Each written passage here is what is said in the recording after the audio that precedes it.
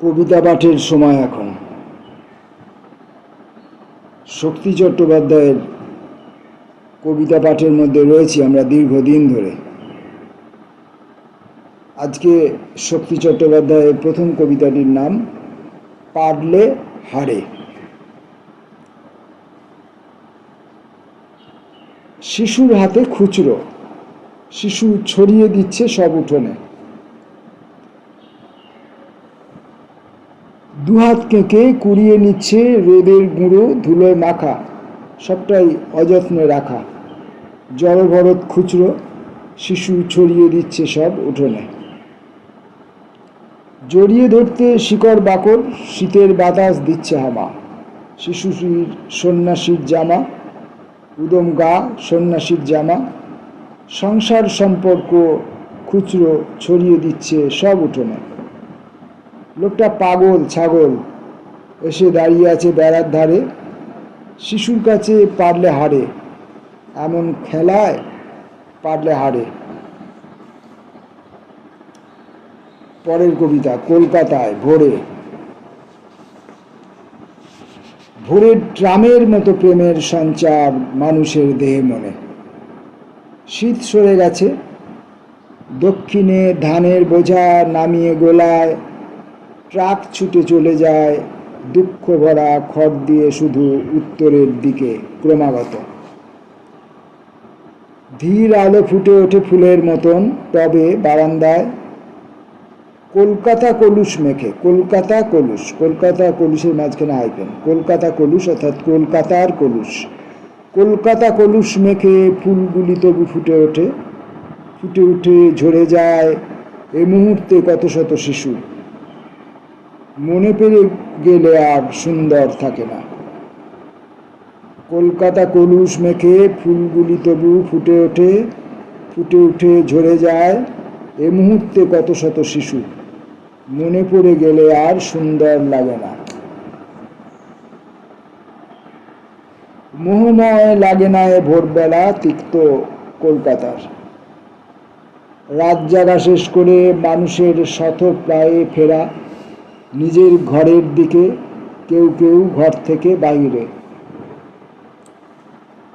বালকের হাত ধরে বৃদ্ধ যায় বাদাম কুড়োতে। বাদামের বুড়ো পাতা ঢুঁড়ে পায় দু চার বাদাম, তার মধ্যে বাল্যকাল খলসে মাছের মতো নড়ে। রোদ ওঠে, রোদ উঠে পড়ে। কাজের কলকাতা তার পোশাক বদলায় ঘরে ঘরে। দুই চড়ুই। জালির নিচে স্থিতিস্থাপক তেমন কিছু নেই। দুই চড়ুই কুড়িয়ে আনে সমানে খড়কুটো। বেশিরভাগ ছড়িয়ে পড়ে শীতল মেঝেতেই। গৃহ গড়ার শুরুর মুখে জালির শত ফুটো। সহসা ডিম ভাঙবে শেষ কামনা অভিলাষ। দুই চড়ুই জালির ফাঁকে করুণভাবে বসবে। একেবারে মেলার শেষে দ্বিতীয় হাঁসফাঁস খড়কুটোয় ভরিয়ে কাটা দারুণভাবে বসবে। বাতাস ডাকাতিয়ার হাতে চড়ুই ঘর ধসবেই। দুই চড়ুই কুড়িয়ে আনো যত না খড়কুটো। এই বিপন্নতার মধ্য দিয়েই জীবনযাপন, এই বিপন্নতার মধ্য দিয়েই বংশরক্ষা, এই বিপন্নতার মধ্য দিয়েই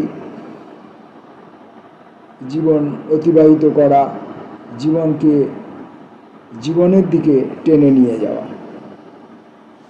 পাতাল সিঁড়ি। কপাল জুড়ে চন্দ্রবোড়া সাপের ফনা তুলছে। চন্দ্রবোড়া সাপের কিন্তু ফনা হয় না।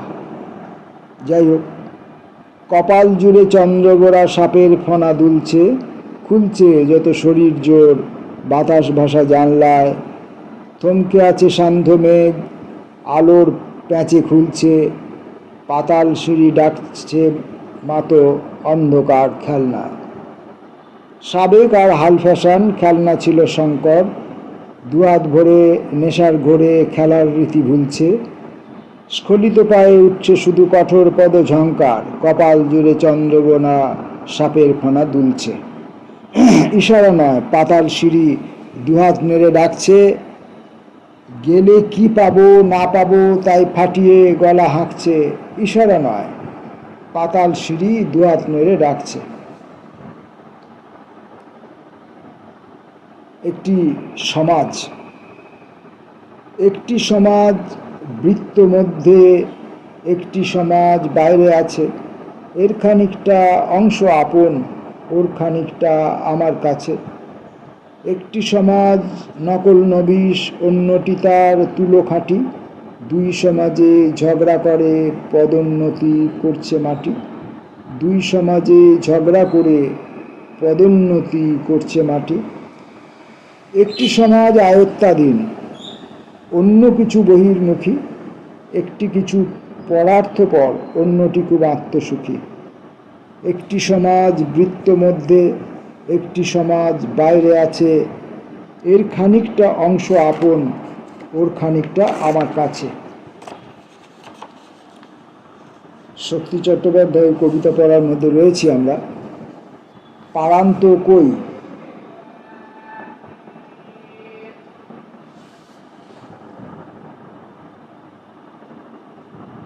হঠাৎ যদি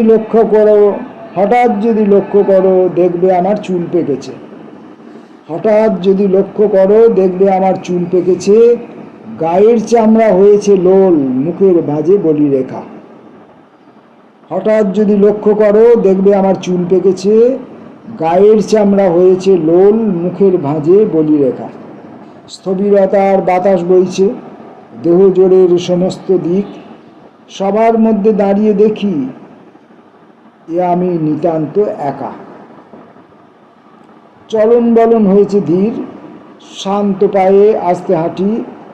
কথার মধ্যে থর থর আড়ষ্টতা হয়েছে সার। সময় হয়ে আসছে এখন নদীর জলে ভেসে যাবার। কুটোর মতো ভাসতে ভাসতে কখন যে ছড়াচ্ছি মাটি, এই কথাটি বোঝার মতো মাথার উপর চেপে বসে পারান্ত কই। এই কথাটি বোঝার মতো মাথার উপর চেপে বসে পারান্ত কই। সেই যেখানে কিছুক্ষণের শান্তি পাব। পারান্ত পাড়ের অন্ত বলে আদপেই কিছু আছে কিনা কে জানে। এই তো মর্মর মূর্তি, এই তো মর্মর মূর্তি, ধুয়ে মুছে নির্ভুল রেখেছি।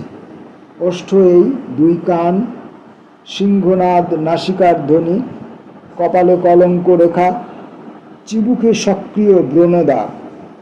থুতনির উপরে কালো আঁচিল রয়েছে সর্বক্ষণ।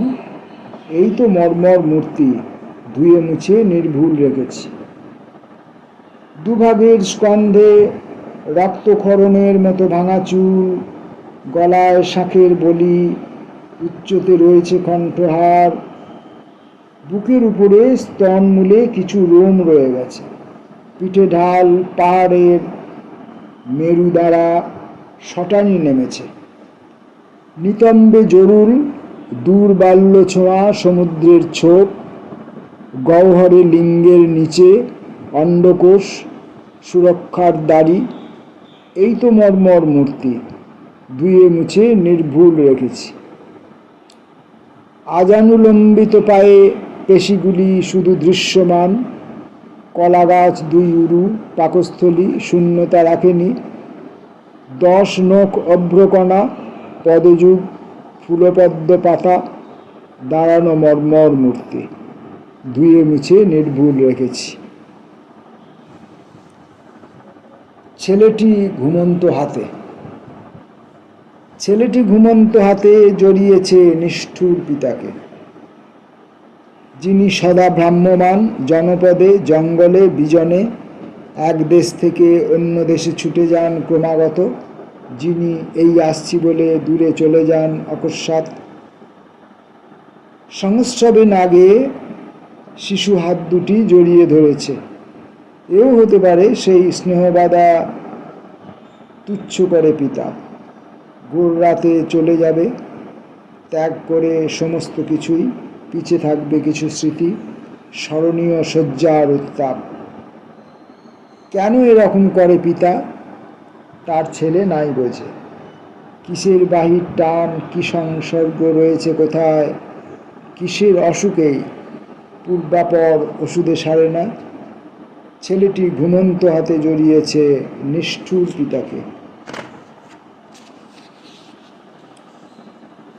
শব্দের ভিতরে ছিলে।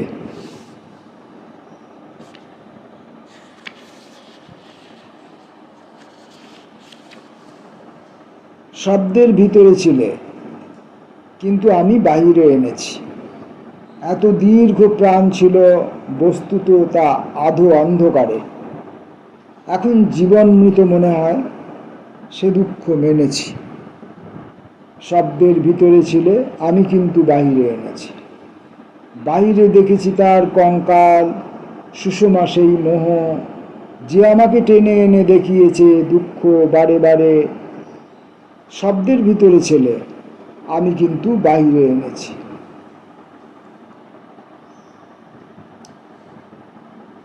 শক্তি চট্টোপাধ্যায়ের কবিতা পড়ছি আমরা। শেষ হবে এভাবেই হয়। বহুক্ষণ আগে জ্বালিয়েছি, এবার প্রকৃত নিভে যাবে। উড়ে পুড়ে দূরে যাবে ছাই। হয়তো সমস্ত বাসনাই শেষ হবে। এভাবেই হয়, কাঠে ঘুণ লাগে, লাগে ক্ষয়। তবে বুঝি এভাবেই হয়। কখনো কখনো অন্যভাবে, পা টেনে গা টেনে দিন যাবে। যেভাবেই যাক, পুড়ে খাক হবে একদিনই। তারপর বলতে আছে কিছু, লোকটির নিকটে সব মিছু। লোকটির নিকটে সবই মিছু। মিছু মানে মিথ্যে, মিছা, মিথ্যা। ওই অন্তমিল মেলানোর যে দায় থেকে যায়, সেই দায় থেকে এইসবগুলি হয়। আমি সেই জন্যে পদ্য খুব একটা পছন্দ করি না। আমি অর্বাচীন, আমি আমার পদ্য পছন্দ হলো কি না হলো তাতে কি যায় আসে। কিন্তু শক্তিচাটুর্য বলতেন পদ্য, তিনি ব্যঙ্গার্থে বলতেন নাকি প্রকৃত অর্থে বলতেন তিনি জানেন, বা সেই সময়ের তার বন্ধু বান্ধবরা, তার ঘনিষ্ঠজনেরা জানতেন। আমি কখনো কারো ঘনিষ্ঠ হবার চেষ্টা করিনি, না আকাশের না পাতালের। কবিতা টাঙাতে হয়। পুরনো পশ্চিমে ধোঁয়া, পূবের চারদিকে লাগে টান। চারদিক ঠিক নেই, গন্ধ ভরা কলঙ্ক রয়েছে। আছে সুখে দুঃখে আছে, শহরের গাছের মতন। পুরনো পশ্চিমে ধোঁয়া, লাগে টান পূবের চারদিকে। গাছে গাছে যাই ভুল কবিতা টাঙাতে। কবিতা টাঙাতে হয় কবিতার এলোমেলো রূপ। সাধ্য মতো মাজতে হয় পিতলের বাসনের মতো। সোনার পিতল তবে পাতা এসে পড়ে, ফুল ফল সবই পড়ে, শুকনো মাটিতে পড়ে। গাছে গাছে যাই ভুল কবিতা টাঙাতে। কবিতা টাঙাতে হয় পুরনো পশ্চিমে ধোঁয়া, লাগে টান পূবের চারদিকে। এ সময়ে কবিতা টাঙাতে হয় একে একে শহরের গাছে।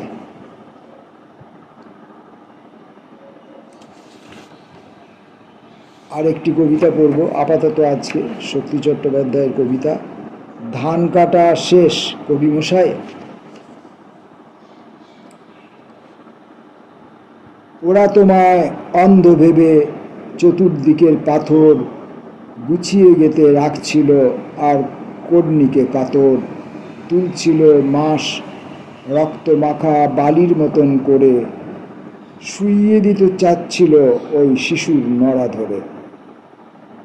ঘাসের কাঁথা পৃষ্ঠে পাতা, বুকে ভরার মান। ধান কোটা শেষ কবি মশাই, অন্ধকারে যান। হাসি রাশির দিন ফুরলো, চিবৌ জীবের ছালা। প্রেম প্রীতি নাড়লাম দিতে, উলট পালট জ্বালা। তুষ্ট থাকুন রুষ্ট থাকুন ভাবনা কাজীর কাজে। বাতিল কিছু পদ্য দিলুম পাথর ইটের ভাঁজে। যথেষ্ট যথেষ্ট কবি, ঘুমের মধ্যে যাও। মুন্ডা মেটাই ঢের খেয়েছ, এবার খাবি খাও। আমাদেরও খাবি খাওয়ার সময় এসে গেছে। দরজায় কড়া নাড়ছে।